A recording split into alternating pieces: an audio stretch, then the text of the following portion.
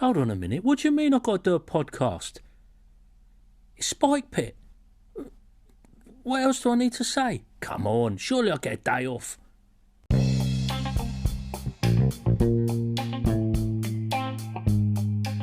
Hello, I'm Colin Green, and you are listening to Spike Pit.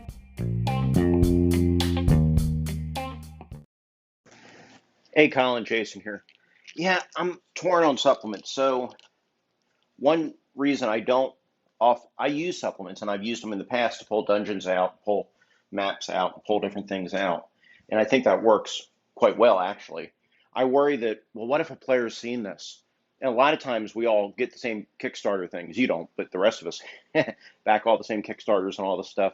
And I worry that, well, everybody's seen this material, so I can't use it. And that kind of turns me off of some of the more popular Kickstarters that are ventures, like Glen Seal. Not Glen Seal, like Glen Seal's Monkey Blood. Anyway, like the Hole in the Oak adventure for, I forget the gentleman's name. Anyway, for OSE, everybody and their brothers bought that product, so I can't run that product. And if I steal ideas from it, people have heard of it or read it, so that limits its usefulness to me.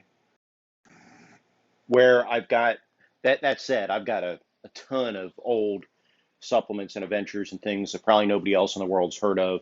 I'm one of those people with thousands of items in my drive-through RPG library, so I can definitely pull things that are super obscure, and sometimes I do, and I have. But yeah, it's an interesting problem. I've never really, since a lot of mine's PDF, I haven't surrounded myself with it when I'm building a game like Tim does. But I think that would be useful, and I have ordered like hard copies of the D30 Companion, and there's another D30 book that are just tables, and I do like books that are just tables and things like that to pull from as supplement material. And of course, monster books like Fiend Folio and monster books are always great. Anyhow, I've wasted enough of your time, but I think it's interesting. Does anybody else, I wonder, worry about using supplements because they're worried other people have already seen them? I really like this call in from Jason, and I tell you why. I don't think I've ever really considered that as a problem. Maybe because I play with a home group most of the time, but it's a really good point. If we're buying all the same stuff, we are gonna, we're bound to have this kind of crossover of knowledge. And one area where I could see this being quite problematic is with traps in particular.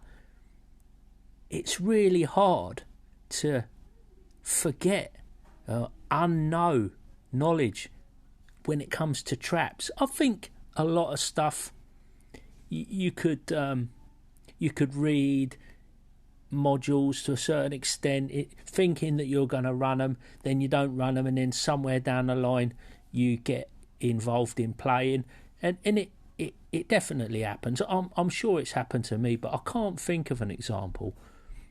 But traps, that's a tricky one. I think this is a great call-in for this episode.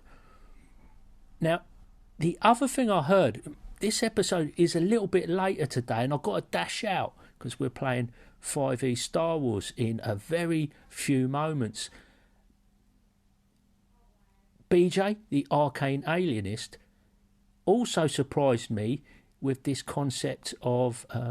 he was talking about traps and the three pillars of D&D, exploration, combat and social encounters. And he mentioned this idea of social traps. Man, and since he mentioned it, my mind's been going over and over that idea. I'm really intrigued about the concept of social traps now. Haven't got anything to offer, but if you've got any thoughts, I'm sure BJ would appreciate the call, or call it into Spike Pit, because I think that's a great subject.